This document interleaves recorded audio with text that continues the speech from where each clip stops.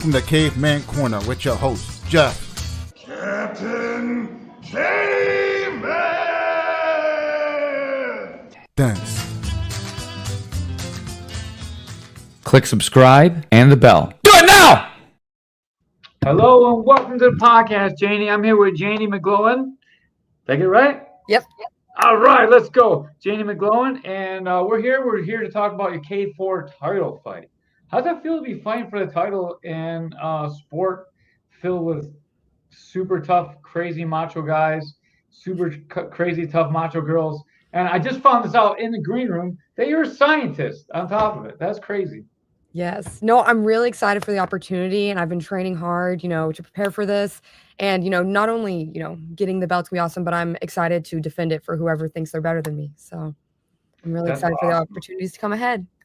So I'm going to jump into the scientist part because Amanda said hello, Janie, and we talked about you a little bit in the green room too, Amanda, like how you reached out, how you helped her get into the sport. Can you talk about that a little bit quick, Janie? Yes. Yeah, definitely. So when I first started, there wasn't really any active fighters. There's a few that were like on injury at Booma, but I didn't have any girls to really spar yet. Like Christina and Grace weren't there yet. And Amanda was the only one really. And she reached out to me often, and we would just either go to Integrity or Booma. She would actually come all the way to Booma at first because it was like my first year in Buffalo, and I'm from Texas originally. So I don't like driving in the snow, especially up to North Tonawanda because I'm downtown. So she would make the trip out to me, and I really appreciated that.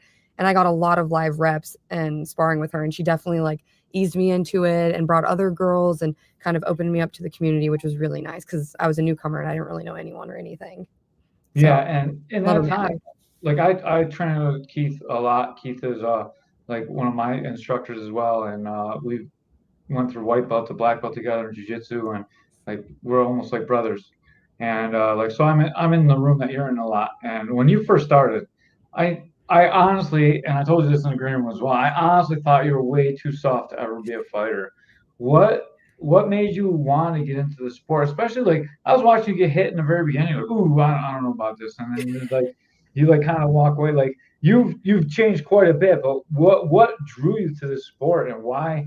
I don't know what else to say. Yeah, actually, when me and my now fiance moved, we went to Texas A&M together. That's where we met, and we moved up to Buffalo for grad school. Gyms were the first things to start opening up post-COVID, and me and my partner Gage, he really wanted to do something competitive, and men's ice hockey league, volleyball. That's not something as competitive as, and the body craves contact, things like that. So he found actually a few MMA gyms, and we reached out to all of the ones around, and Booma was the first one to get back to us. And we just ended up going, and Keith really broke down the basics at the beginning, showed us how to walk with our punches and all just the basics. And it was very welcoming environment, and we really liked it. So we continued doing it, and it was awesome because we got to train together. So aside from work hours, we actually got to spend more time together because he was my training partner, and he still is. So it's a lot of fun because we get to train together and spend more time together and get better together and compete together. It's a lot of fun. We were on the first card, our first fight together, which was awesome. That's awesome. I was going to get into that too. Congratulations on the engagement, by the way. I didn't know. Yes, thank you. Congratulations. What was it like fighting with your significant other? There's got to be a lot of stress, especially both you guys getting ready for the fight at the same time. A lot of stress in households. A lot of couples that are fighters honestly don't fight on the same cards, just so one can support the other and the other one can support the other. What was it like going through that together, and where did you guys learn from that? Honestly, I think, at least from my opinion, I enjoyed it with him because we both had to cut weight the first time. We had to cut back the sugar, the beers, everything. So it was really easy doing it together. Whereas, for example, his second fight, which I wasn't fighting on, I would go to Mr. Sizzle and get a milkshake, but drink it in the car. So one day he came to the car, there's 5 milkshakes. He's like, "What are you doing?" I'm like, "I just didn't want to show you it because you're cutting weight and cutting out sugar and things like that." But I really liked it. I went on before him, so it was way easier because he was probably stressing about me going on and fighting because he didn't know what was going to happen. But I was like, I don't have to worry about him. Once I'm done with the fight, I had all that adrenaline, and I was just cheering him on afterwards. And we both won, so it was really nice. And it was a first fight, definitely. It was a very amazing showing. And I always wondered what would happen if one of you guys lost and the other one didn't, especially if the first person fighting loses, then you're carrying all the hurt for the other person going into the next fight. And I think all those are all reasons that couples don't fight, but that was awesome. That worked out, and it was really good, and it was really fun to call that fight too. No, it was a good experience. I definitely had adrenaline dump that first fight. I was just battling my legs. I just remember being like, "Oh my gosh, is this how it's gonna be?" And then the second fight, I didn't have that adrenaline dump, and I was like, "Oh, thank God." So just the nerves got to me that first round, for sure. And then what made you want to fight? We talked about this a little bit in the back too. Like I said, when you first started, you're like, oh, I don't really like this so much. Like when you get cracked, especially like it's not so much with the girls because girls all they respect each other, but you get in there with a guy and you get tagged up a little bit because not all guys know how to spar with girls so good. What made you want to be in the sport and not just be in the sport because I can understand that. What made you want to fight in the cage or in the ring? Well, I'm competitive. I like to win. That's a big part. But honestly, when I get that first punch in the face, it kind of wakes me up and I'm just like, oh, let's go. Like I played soccer growing up. I'm very aggressive and it fits really well. I just enjoy it. And it's so technical and beautiful at the same time. Like it's aggressive, but it's beautiful. It's like a good mix of both. And I really enjoy it. It was awesome. Last time I came in, and you were sparring, you were running like the ladies' side of the sparring. Like I'll go with you, you go next, and like you were setting it all up. And that just shows me how far you become like a leader in the community. At least at Buma, like at the open mats there. So it was great to watch that, and it's great to watch it progress in the sport. That's one of the best things about doing what I do. You get to watch people like, oh, they're never gonna make it, into like becoming the next person. And now you're in line for a title fight. I know I'm really excited for this opportunity and I've been training hard for it and I am so ready. It's going to be so much fun. It's going to be fun to get it and to defend it multiple times. So Awesome. really excited. You had two fights in K4. Mhm. Both times you fought like someone that's pretty good, and the second time she was very, very experienced, and I was a little bit worried about you. And you were able to take over both fights with just amazing technical punching. You get to the outside, you're able to catch kicks, you're able to kick. What gives you such a good feeling of the range, and why are your hands so good? So I think like the first fight was a really good experience because she was taller. And so, when I would overthrow those punches, I'd get in that clinch position and it wasn't like dominant for me, it was dominant for her. So I had to work on that and I learned a lot from that. And then when I fought Vanessa, which she was tough, she was talented, it was awesome. But she didn't have as much, she did have a little pop, she didn't have as much power probably as maybe someone who cuts for my weight. But she was very technical. So I learned a lot from that, which was really good. And I didn't love the strategy I had in that fight. It was more like I knew I had the power advantage, so I tried to just like bring that cross. So I kind of lost a lot more of the technique. But I ended up throwing a lot of knees and stuff, which was nice that I incorporated that. And then leading into like the tournament I did in Ohio, I got really test all of my weapons and get comfortable with that and everything like that. So I just feel like the last two fights have been way more experience, more learning, and I kind of believe that as an amateur, you just need to take more and more fights because when I spar or I hit pads, it doesn't translate to what I do with fighting. Like it helps, but it's not the same. So I think getting those live reps is really what makes me a better fighter. Cause I'm like, when you get hit really hard in a fight and you have to adjust, it's not like that in sparring at all. Cause no one's hitting you that hard.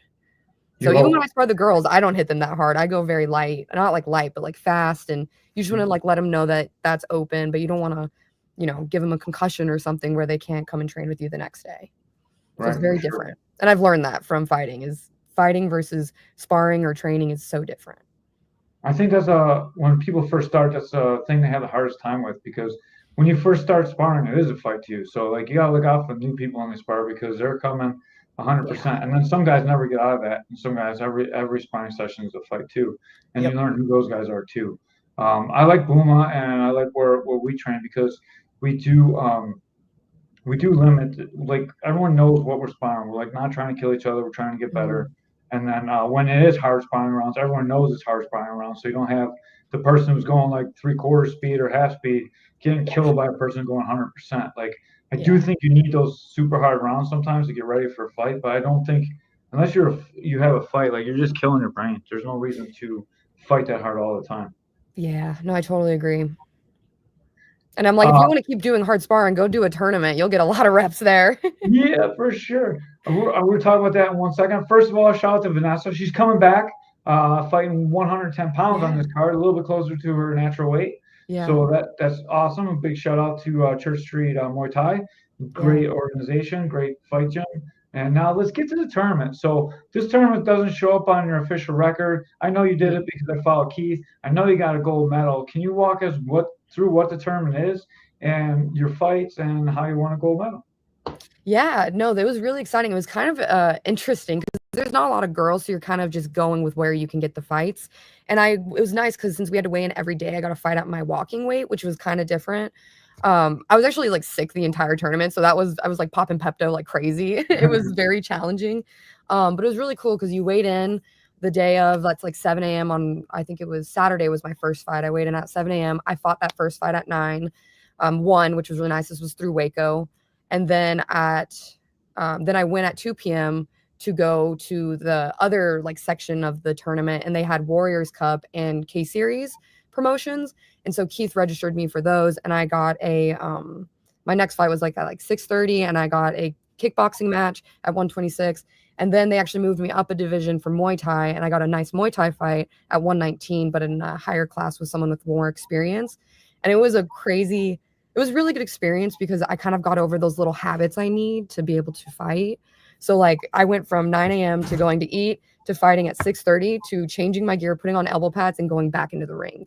So I fought 2 fights back to back, which was a very intense thing, but it was kind of nice because it was like a pseudo like 5-round fight a little bit. But then I went to bed, woke up at 7 a.m. to weigh in again the next day, and then had the championship K1 fight with Waco. So technically I fought in 3 divisions. I got second, first, and first. Wow, that's a lot of fights in just a short amount of time. Yeah, well, if we're driving all the way down there, might as well get them. Yeah, for sure. That's awesome that Keith went down there. It's awesome that you guys got it all in. Are you looking to do that again, or are you looking to stay up and fight like just on single night cards, or what's in the future for you after you win the title? I really did like the tournament style. I'll definitely want to do that again, depending on like the style and like the organization who's running it, because it was really good experience and I really liked getting all those fights. I mean, tournaments are not for the weak. It was definitely challenging mentally, physically, everything. But I had Keith in my corner, which was awesome because I've never had him before because he runs the K4 events. So it was really nice to have him there and kind of learn a lot more from him in that way. But definitely want to do more tournaments, not all the time, but probably like once or twice a year, but definitely a lot more K4 fights. Yeah, the WTBA tournaments are big too. That's like our organization, so you definitely get some work in there too. Yeah. Talking about not having Keith in your corner, what was it like having Keith in your corner? Because I know he's so good at breaking fights down. And then what's it like to fight K4 when he's not in your corner? Can you break down those 2 things for me? Yeah, no. During the tournament, it was awesome because he was like, I can't remember a lot of it because it's just so much adrenaline. But anytime I had like an issue, I'm like, this is what's happening. He would be like, all right, let's do this. You're fine. Like he's very like, you're good. He's very confident in me. And that also gives me confidence too, which was really nice.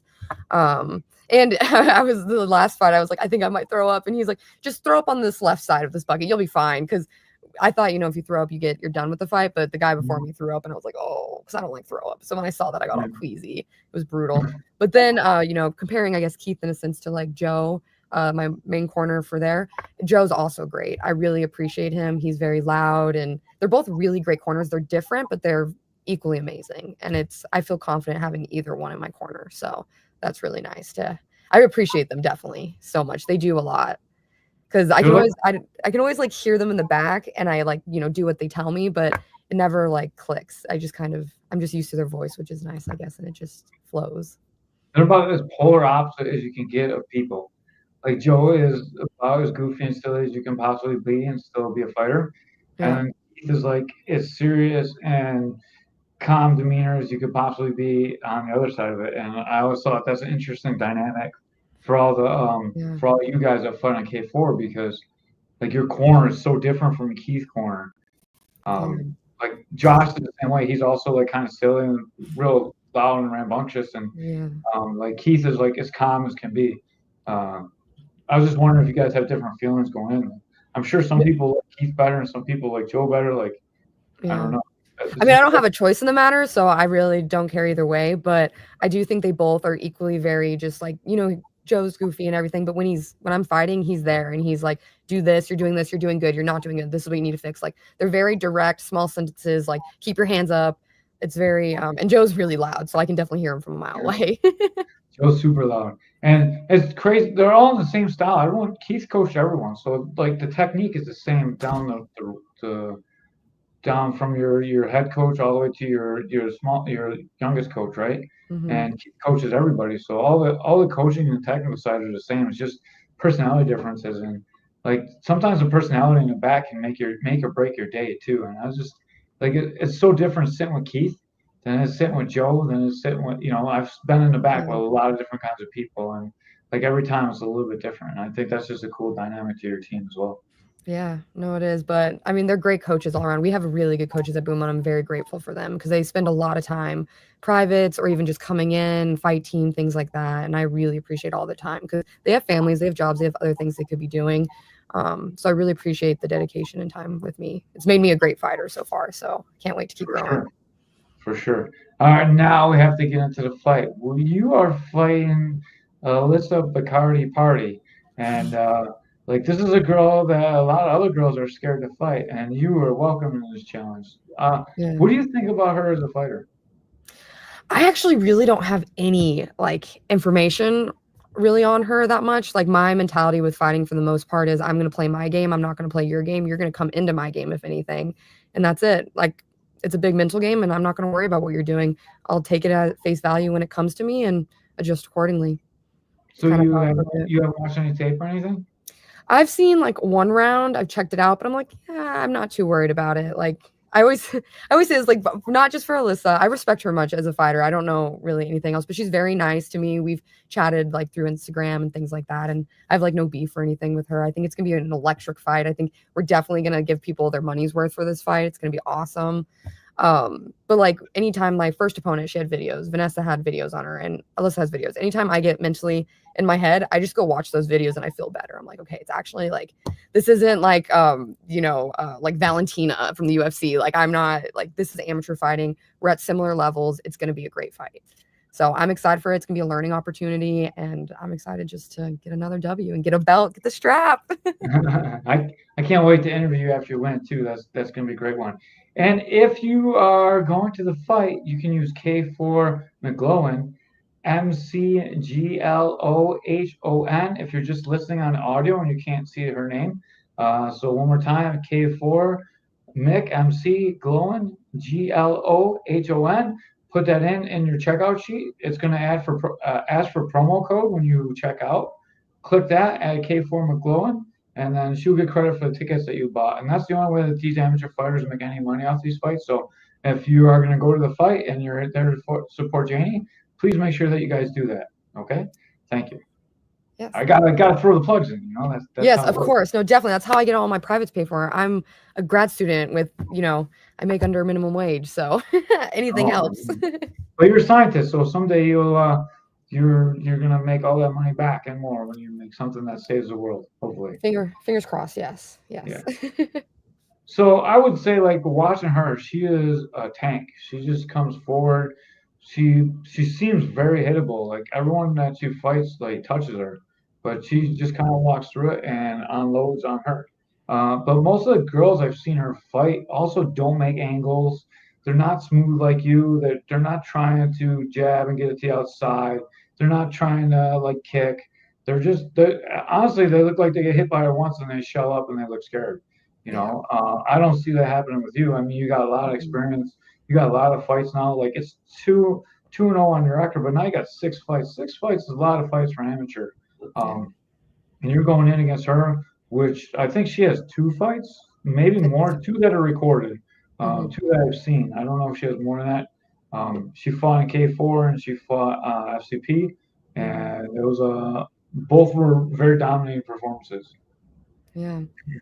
Yeah. So I guess we'll find out if she can handle, getting hit back because Mhm.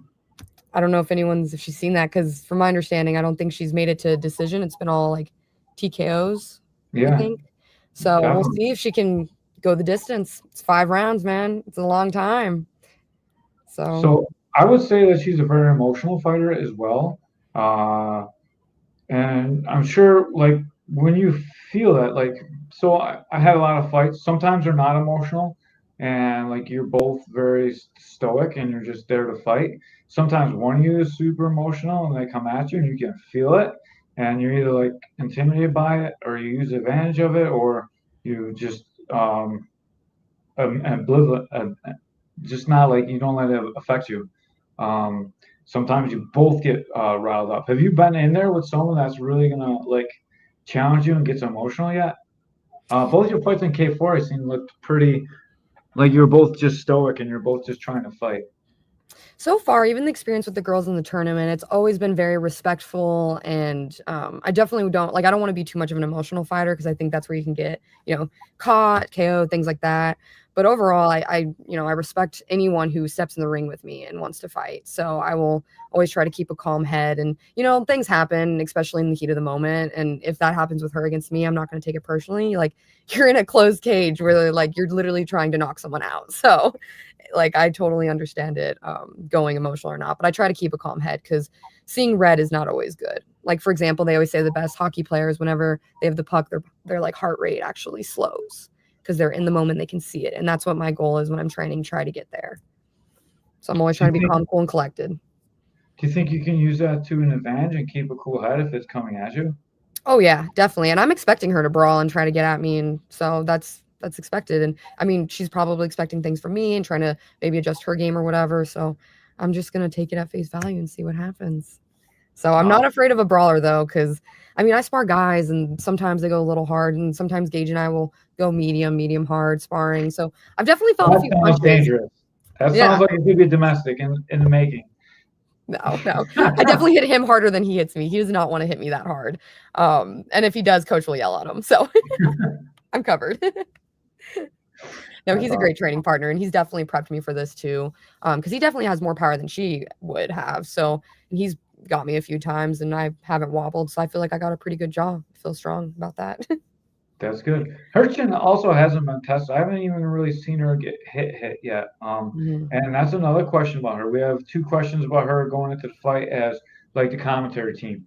Can she go 5 rounds? Because I haven't seen her make it out of the second round yet. Or maybe she made out of the second round and stopped the girl at the very start of the third round, the K4 fight. Can't quite remember. But all those fights have been easy sailing where her conditioning hasn't been tested. And then the second question is, can she take a shot? I've never seen her really get hit yet either. So those are the two questions that we're going to find the answer out, I imagine, in this fight. Well, she's definitely going to get hit. I don't like, unless she just throws one and catches me in the first like second, like she's going to get hit. Like that's the goal to fight is to hit her where it hurts. So respectfully, obviously. Right. Yeah. Well, I mean, this is as respectful as it can be. We're fighting, like we're going to say like, this is what I'm going to do. This is what you're going to do. It's still respectfully. Like I always think it's respectful to say what you're going to do until you like cross that line where you're talking like, oh, they're not good at this. They're not like, if you're like, this is what I'm going to do, and she's not going to be able to stop it because I'm not good. That's confidence. And then when you're like, oh, she's terrible at this, she's terrible at that, that's like where it gets disrespectful. And I don't feel like you're disrespectful at all. No, and we've cross-trained with like Western New York girls, and like I love a lot of girls out of that gym. I've never actually trained with her. We've never like crossed paths really, but even like I like all the girls out of their gyms. They're really nice, like Amanda and Ashley and all of them. They're fantastic women. So I think they have a good group there, and maybe after this and a few things, it'd be fun to cross-train again, make each other better, Buffalo versus everyone. For sure, that's how it should be. And actually I got another question to ask you about the Buffalo versus everyone. So you're fighting someone from WNY. Josh is fighting someone from WNY. What have the Saturday sessions been like? Has anybody from WNY come in? Have you been like banned WNY from there, like to stop them from seeing what you're doing? Has it changed the Saturday sparring at all? I don't know. I actually haven't been to Saturday sparring because I've been having to work. So what I do is me and my fiance will get groups together on like Sunday or something and, get a few select people and spar with them and make that time to like really, because when you spar, like I'm not the biggest fan of sparring multiple people different times because in a fight, you're going to like spar someone or fight someone 3 rounds, maybe 5. So that's where you build up that IQ. But if you're fighting someone different every round, I don't feel like I get as much of the IQ training out of it. So I like to call in girls or guys and like spar 3 rounds with one and then go to another girl, spar 3 rounds with another one, things like that. Or even just 2 people and rotate to make it easier for me to kind of build that knowledge and IQ because I'm still learning and I'm still trying to get better. So. That's awesome. That's a good way to think about it. I've always thought like I like to see as many different looks as I can when I spar because I want to be exposed to as many different styles as I can see. Definitely. And I feel like if I can't pick it up in a round, I'm really not like my mind's not focused enough. Like I gotta be able to see what's going on in a round. I should be able to adjust by the end of the first round. No, I totally agree. That's a good point too. definitely. But I can see like now you can find holes and you can plan it out. Like I see this, I'm gonna hit in the second round. But usually I spar so many rounds, I get everyone a few times anyway. So Yeah, no, that's true. Yeah, definitely. yeah. Definitely. I guess my next question is: have you sparred with Amanda since she's been back from Thailand yet? No, I haven't. I'm so excited to. I bet you she's learned so much, gotten so much better, and I want to hear about her experience. That is so cool. She's the first person I know that went and did that. That's awesome. Yeah, I had another friend, Gabby, that went and she fought. She turned pro over there too. She got a bunch of pro fights over there. And Mm. like to go to another country as like a woman alone, that's so Yeah. crazy. And like not only that, you're going to fight around a bunch of like people that you don't know, and mostly men. Could be a very scary situation. And like that's so brave. I think No, I she's give brave. her I give her a bunch of credit because I watched her like little clip of her first fight, like no headgear, no shin guards. I'm like, get it, dang. Whereas like most Yeah. people are like, no, I need the headgear and the shin guards for like 5 fights, things like that, you know? Yeah, elbows So too. Like it all goes there. That's so crazy. yeah, so I Thailand give her is so props. That's crazy. awesome. Yeah, I haven't seen her since she got back yet either, but I was like super impressed by that, and I thought of all the people that would help you. Although she's from WNY, so she probably wouldn't train with you till after Yeah. the fight, anyways. It's so crazy. We do so much to like Buffalo against everybody, and then like we end up fighting each other still, anyways. Yeah. But No, it's good. It's fine. Like yeah, even with like, I anticipate the girls from the Western New York to not like necessarily talk shit, but like, be like pump up Alyssa. Like I totally get that. And I would never take that personally. Just as long as, when we get back to the training and gym and stuff, we can all be friendly and train together and grow together. So, because we're amateurs, we're not pros. Like, let's relax. It's I not like think for McGregor. I think people are going to be surprised by how tough you really are. I think like when you first started, everyone has that impression in their mind. Like people don't notice how fighters grow. And I watch you grow every fight, and I'm excited to see this one. I think this is a big test for both of you, and I think it's a bigger test for her than everyone is saying. And like, because everyone's like, oh, she just destroyed everybody, Like I've heard that over and over again, but people don't understand like the angles that you make, the skill that you learn. They don't know that you've gone and done tournaments. It was really cool. I didn't know you were doing a tournament. I honestly wouldn't have known if I wasn't in Buffalo United thread. If I didn't see there and keep posting there, I would never even known you went until I messaged you to get you on the podcast. Yeah. So like it No, was really quiet that you went out there and you won the tournament as well. no, and it was crazy because I fought girls. My first fight was against a 42-year-old. She was tough. I took a few hits. That was crazy. That was a good experience. And then I fought like a 19-year-old, a 21-year-old, and then a 47-year-old, which was crazy with like over 20 years of experience. Like it was just really, really good experience and exposure. So I'm really happy I did that. I'm happy Keith was like able to support me to go up and do that too. So it was definitely a team effort. That's awesome. How do you find time to fit in like grad student? I'm sure you're teaching, probably TA. You gotta work. You got a fiance. Although you guys train in the gym together, you still have to make time to do that, Of course. and you have to travel to fight. Like, how do you make it all work? So I'm really lucky. I have an amazing like thesis advisor, my boss.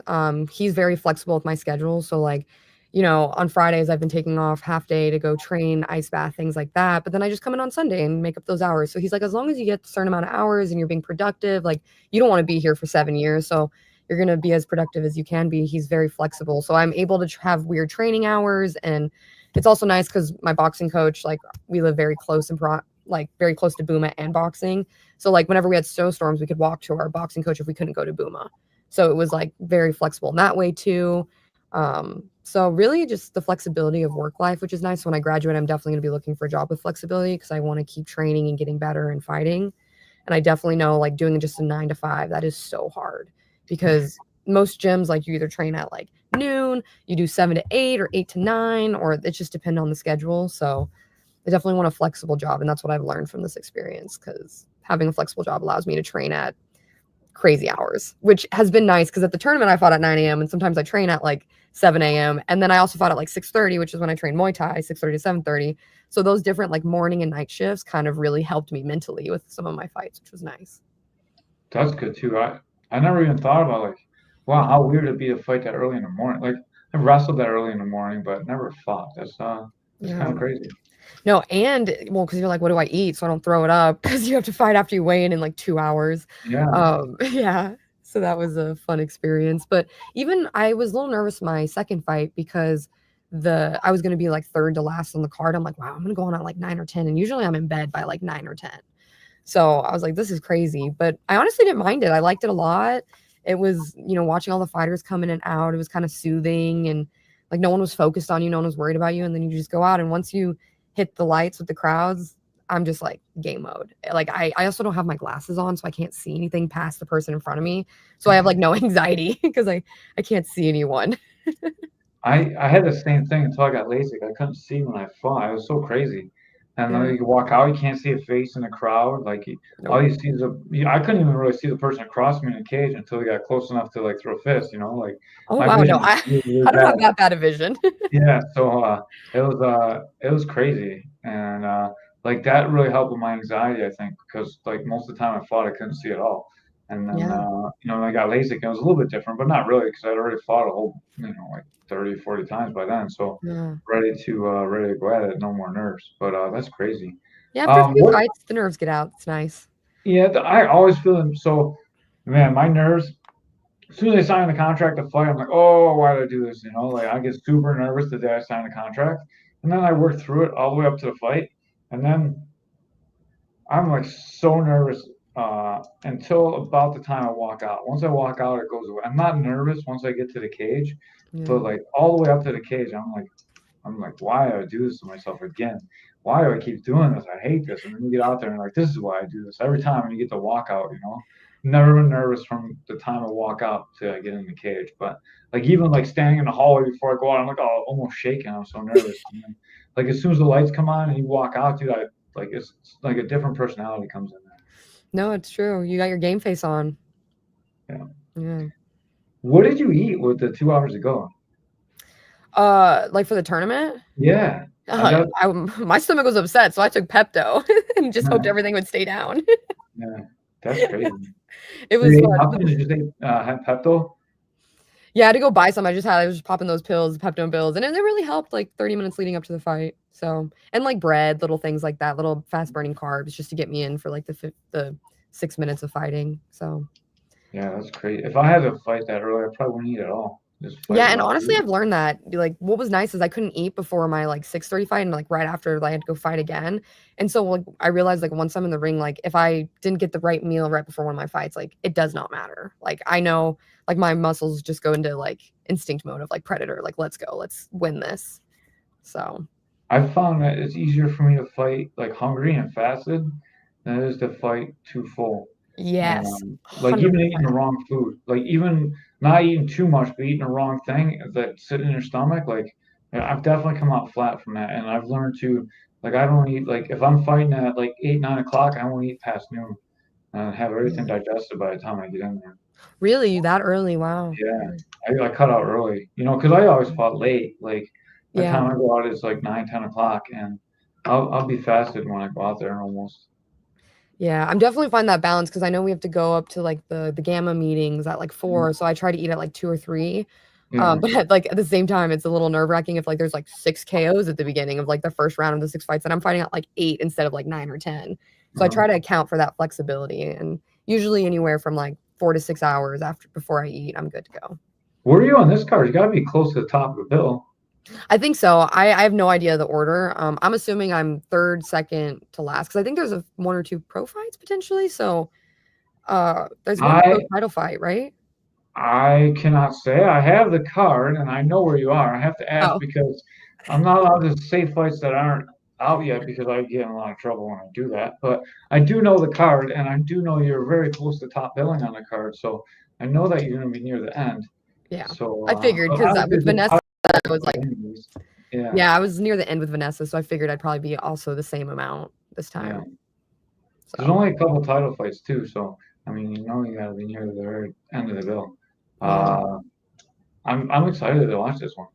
Oh, I am so excited. This is gonna be a great fight. It's gonna be a great experience for us both, me and the other girl. Like it's gonna be a blast. It's gonna be a battle. So you are very close to finishing school. What are you going to do after school? Are you going to stay in the area, or are you going to move away to get a job? Like, what's in the future for Janie? I have no idea really just yet. It also depends on my fiance where he wants to go. He has a job at New Era in Buffalo and he loves it. So we'll see. And also because all this NIH stuff, if I want to do a postdoc after my PhD, I don't know how funding looks like for that. So I don't know if I'm going to go industry, but I also taught high school biology before I got into grad school. So I also enjoy teaching. So that's an option too. I'm very flexible. Whatever job will give me the most flexibility and happiness basically and pay a little bit, I'll probably go that route just for the next few years because I really want to push this Muay Thai and see how far I can take it. Awesome. If you end up moving, are you gonna try and still train back here and fight back here, or train Oh, somewhere else? What would you so do? theoretically, if we did move, I don't know if we will, but if we did move, I would, once I win that belt, I'm gonna come back and defend it anytime someone wants to try to take it from me. I'm okay with that. Awesome, Definitely. because Keith brings people in from everywhere, so he'd bring Yeah. them back in just to see the people in Buffalo again too. Yeah. No, it's actually hilarious because after my championship fight, the Waco one, that was my first TKO, which was really exciting because I know I have power. I just wanted to it was nice to get a TKO because of the power. And the girl found me on Instagram and messaged me was like, "Hey, I want a rematch." I'm like, "Let's do it." So that will be probably sometime in the future. It won't be for 115 and it might be we did kickboxing. I think she does kickboxing and she's a little heavier. So it'd probably be like a 120, 125 fight, but I'm so down because that was my fourth fight. That was only her second fight. So I'm like, I was gassed and I still was able to TKO. So let's do it when We I'm should not gassed. we should make that happen in K4. I'll help you sell that one. That'd be Yeah, great. that'd be great. Yeah, she was from Missouri. Missouri? I think she's from Missouri. Yeah, that'd be great. That'd be another great person coming in. Yeah, You can watch very talented. you can sell the pay-per-view at k4fighting.tv, and anyone that wants to just watch the pay-per-view and not come out, you can watch it there. You can hear myself, Ben Field, Ray Arias, and we will talk all about the fights, and we'll definitely be calling Janie's fight as well. So for all you guys that just want to watch the pay-per-view, you can do it that way as well. Another shameless plug. I'm sorry. No, it's okay. All right. So going into some more training, what's it been like training at Buma? I know they were the first gym to reach out to you. Can you talk a little bit about the culture and a little bit about how Crew Keith teaches Muay Thai and what it's like to have one of the only crews in Buffalo? No, it's awesome. Bumo is definitely a welcoming culture. Anytime a newbie comes in, whether it's Tuesday, Thursday, or the beginner Saturday class, I love that Keith will always just go back to the basics because we can never just get those basics down. They're so important just to drive home those basics. So when a new person comes in, it's awesome because we do the footwork. We how do you throw a punch? How do you slip? Things like that. And Keith is very technical, and I feel like I'm a very technical fighter because being at 115 and being small, I feel like I get my power from my technique. So I've definitely been honing in on that. And I love how technical he is. And I love how whenever him and Coach Joe is so much fun in the locker or in the gym too, because he'll have his noodle around. So if you're drop your hands, he's smacking you with the noodle. It's just a really we take training seriously, but it's also very fun. So it's a good mix of both for the environment. And Keith is an amazing coach and instructor, and he'll bring Peaches in, he'll bring Dylan in, Declan. It's very family ran, and I love that because when we first moved to Buffalo, it was COVID, and the Booma people were our first they welcomed us. We felt really welcome to Buffalo because of Booma, because that was the first thing we ever did. Because all the the restaurants were closed. I couldn't really hang out with my cohort that we got here because of COVID and things like that. So the gym was really the first place to welcome us and kind of be like, oh, you should check out this spot to eat. You should go here. Very friendly. And even when we started sparring, everyone was very nice to me when I started my first sparring. They weren't just reaming in, hitting me and things like that. They were very respectful. And for the most part, all of the guys are really, really good at controlling and managing that power depending on who you're training with. And there's one or two guys maybe who don't, but those are the opportunities. I'm like, okay, this is how I make sure my hands are up because they have to be up or I'm going to get caught. So I'll use them as well as a different kind of training technique too. That was actually going to be my next question too.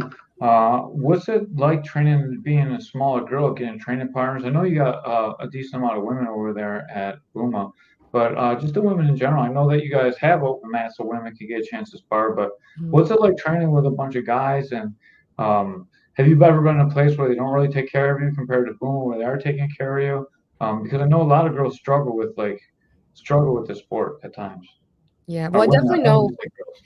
Yeah, if there's someone who will go a little harder, like can't control it, like if I give them a hard jab and they're just gonna come back at me with a hook because they're just like their ego's hurt, I'll know not to spar them. And us girls will kind of be like, hey, don't spar that guy. If you do, put a mouth guard in and like be careful. But Keith is really good and Joe about being like if someone's going too hard, he'll stop them and be like, no, no, no. And he explains that, there's light sparring where like you should be able to get hit with your hands down and it's not going to hurt. Like that's light sparring, light contact sparring. Then there's like, medium sparring and there's hard sparring. And he's like, there's different levels. So, you need to figure out both. Because if you can't do it like, quick and soft, you're probably not going to be able to do it hard and fast. So I think it's a very good culture at Boom. I've never been uncomfortable ever there or felt like endangered or anything. So even like when I get swept, guys are really nice and will just like catch me and cradle me down. Because I'm so light. I'm not that nice. Except for my partner. Sometimes he'll sweep me and I just land on my butt. But I'm like, I just got to learn. But I don't get swept anymore because that was not fun. Because once you get punched or you get kicked or somewhere where you don't like it,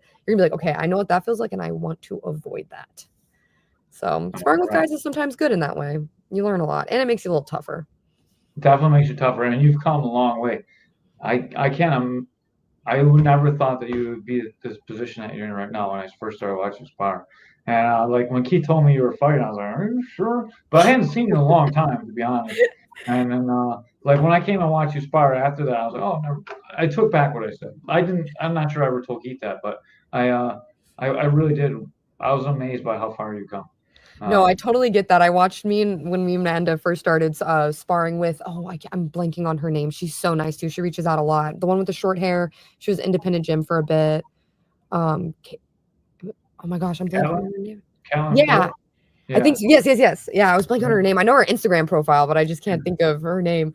When we were both there, we recorded it and I rewatched it recently and I'm like, oh my God, I was so bad. I was so timid. It wasn't even that I was technically bad. I was just so timid. And once you get that, like I remember, I think it was Amanda. I was like training with her one day and she's like, dude, just punch me in the face. I'm like, no, I don't want to punch you in the face. She's like, just punch me in the face. So I punched her face. She's like, see, I'm fine. I'm like, okay, I can do this. Yeah. But you also just don't want to be like an asshole to your opponent either that you're like training with, because if you get, if you bruise them and damage them, they can't train with you the next day. But there's a fine line and I've been figuring that out. So yeah. And the fine line changes from person to person too, because everyone has a different limit of how far is too far. And like, it's great to have, like, the good thing about having training partners like you bring in is like you all know each other and you don't have that thing where it gets out of control. So like you know exactly the kind of sparring you're getting when you're doing that. Like when I have a fight camp, that's kind of what I do. Like I spar a lot with Keith. Like I love sparring with Keith. Me and Keith get really good rounds in. They're hard, they're fast, but we don't hurt each other. We're able to protect each other, even though like we're kicking each other as hard as we can in the legs and the body. Like we stay off each other's heads, and it is really good training. And like if you take a couple leg kicks from Keith, you know if your legs are conditioned or not. So that's true. That's a good thing about training with a guy with tree trunk legs. Yeah. I've done my best to make my gym like Booma, a little bit differently, but a lot the same. Like I love the family atmosphere and the camaraderie that you guys have, and I think it's one of the best gyms in the area because of that. Yeah. And I'm excited. I got one more question. I'll let you get out here because I got Josh next. Oh, I'm so excited.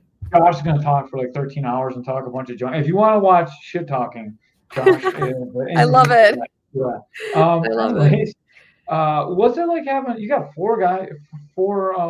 three guys and yourself on the card. What's it like having a bunch of people on the card training together? Is that beneficial? You think? You feel like you don't get enough attention? What's it like having so many people on the card? No, I think it's great. We work together and we have like a little fight group chat and, everyone's like, all right, what's your weight at? Where are you feeling? Are you training? And everyone will send like, the miles they're running, things like that. So it gets you motivated. We all motivate each other and we're just like, we want to be the best and we want to represent Booma being the best. And so we just work towards that. And I feel like it's a very good culture. And like the last fight I was on for K4, we had like, I think like 6 people fight. It was awesome. Like sparring was great. Everyone was going to classes, like, because you just really go to like everything you can leading up to your fight. And so I enjoy it when more people are on the card. Like when it's just me, I'm like, all right, who wants to come in and get some rounds? But when it's everyone, they're like, hey, who's coming? Everyone's coming. And they're kind of like, not making you feel guilty for not coming, but they're like, hey, you should come and support your teammates. Like be a body bag for a bit. Yeah. And then there's multiple times of training as well, because obviously you're going to have conflicting schedules, but with so many people on the card, you can at least get a couple people together always, which is another good thing. And then in the locker room, you got in the locker room during the fights, you have a bunch of people in the back. Sometimes it can be hectic getting everyone wrapped and warmed up, unless you got like a lot of coaches or you're there with your friends. Like myself, I'm the only one that wraps hands for my gym. So like when I have a couple people on that card, it's like, man, it's tough to get everyone wrapped and warmed up all at the same time. Like the warm ups that you want as a coach, not just physically warmed up. That's easy because anyone can do that. But like you want to get them through the routines you're going to use in the fight itself.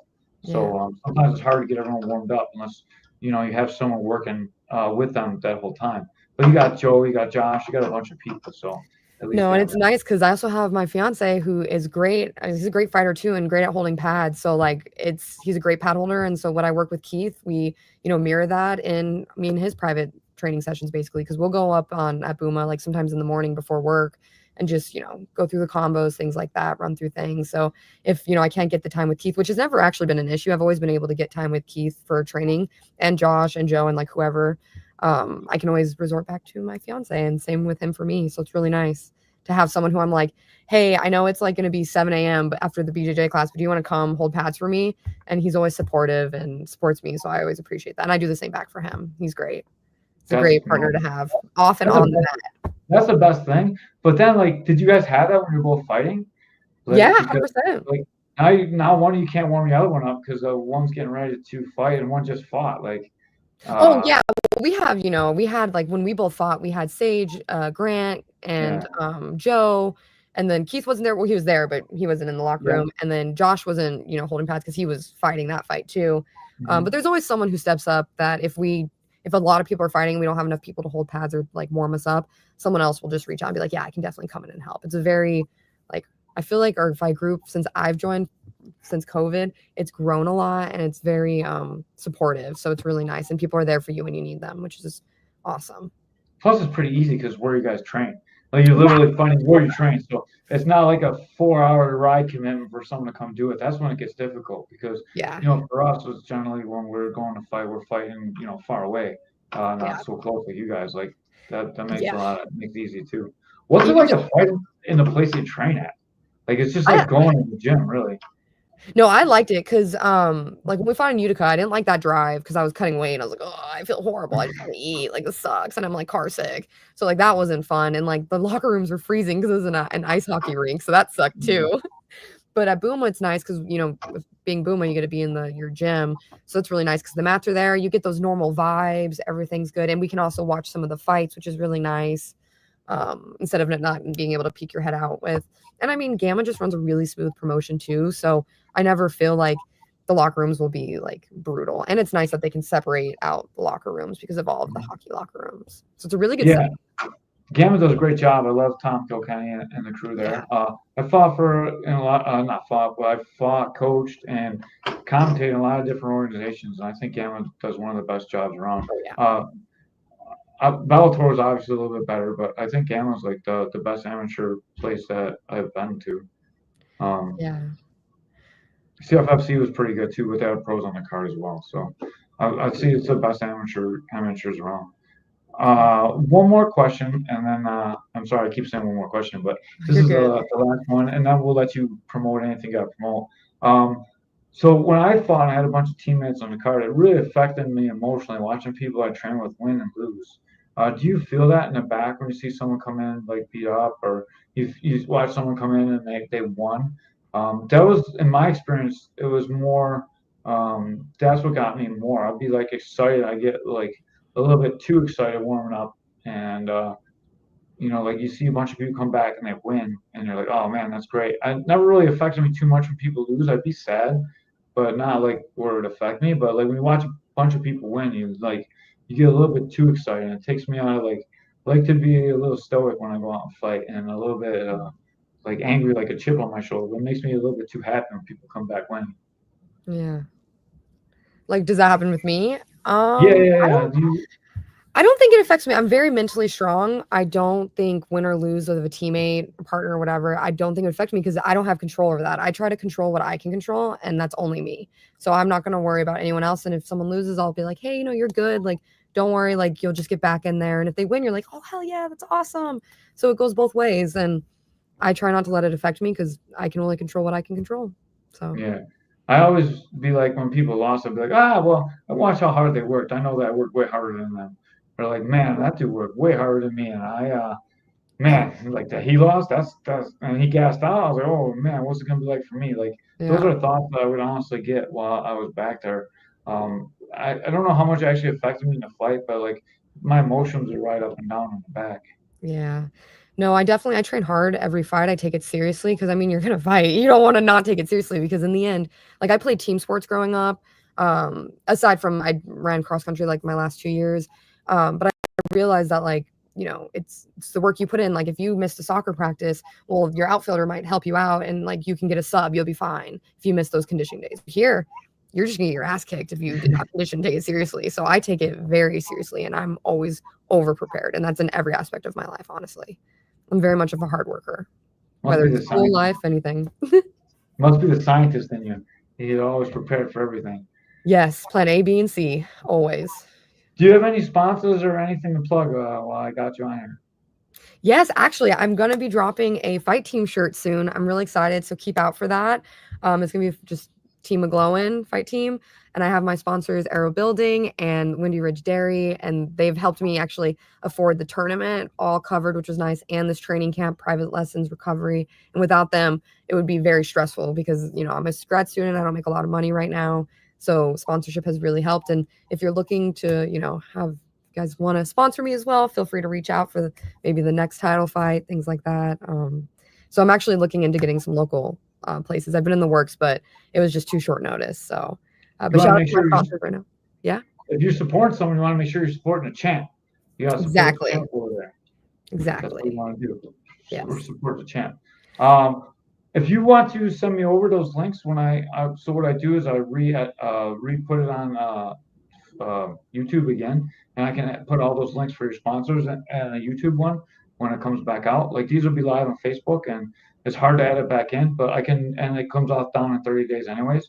But the one on YouTube will stay up forever, and I can add the sponsors into there if you send over the links to them. And that'd be great. Yeah, I can put it like the PDF file of it, or do you mean the actual link to like their websites? Like a link to whatever you would like to prefer. I can do the link, or I can put the PDF in or whatever. The link is probably better because then they can just go click on it, especially if you got like a sales code or something, and that'll help you out there hopefully. No, that'd be great. Thanks. Yeah, I'd love to chat them out. They're great. I'm doing podcasts. I'm getting on the podcast, so like we'll talk about you on all podcast appearances and help you sell stuff too. Sweet, I love that. Thank you. Yeah, no problem. I appreciate you coming on. Thank you for coming on. Thank you to Armstrong's Armory. Thank you to Buffalo Cryo. Thank you to everyone else that supports K4. Thank you to Keith for having me on. Thank you to Integrity Martial Arts. Come check out their MMA program that they just started. And I believe that's all the sponsors I have for today. And like always, like and subscribe to Caveman's Corner. Do it now. Awesome. Well, thank you for having me. It's been a treat. Thank you so much for your time, Janie. And with that, we are out of here. Have a good night, everybody. You too.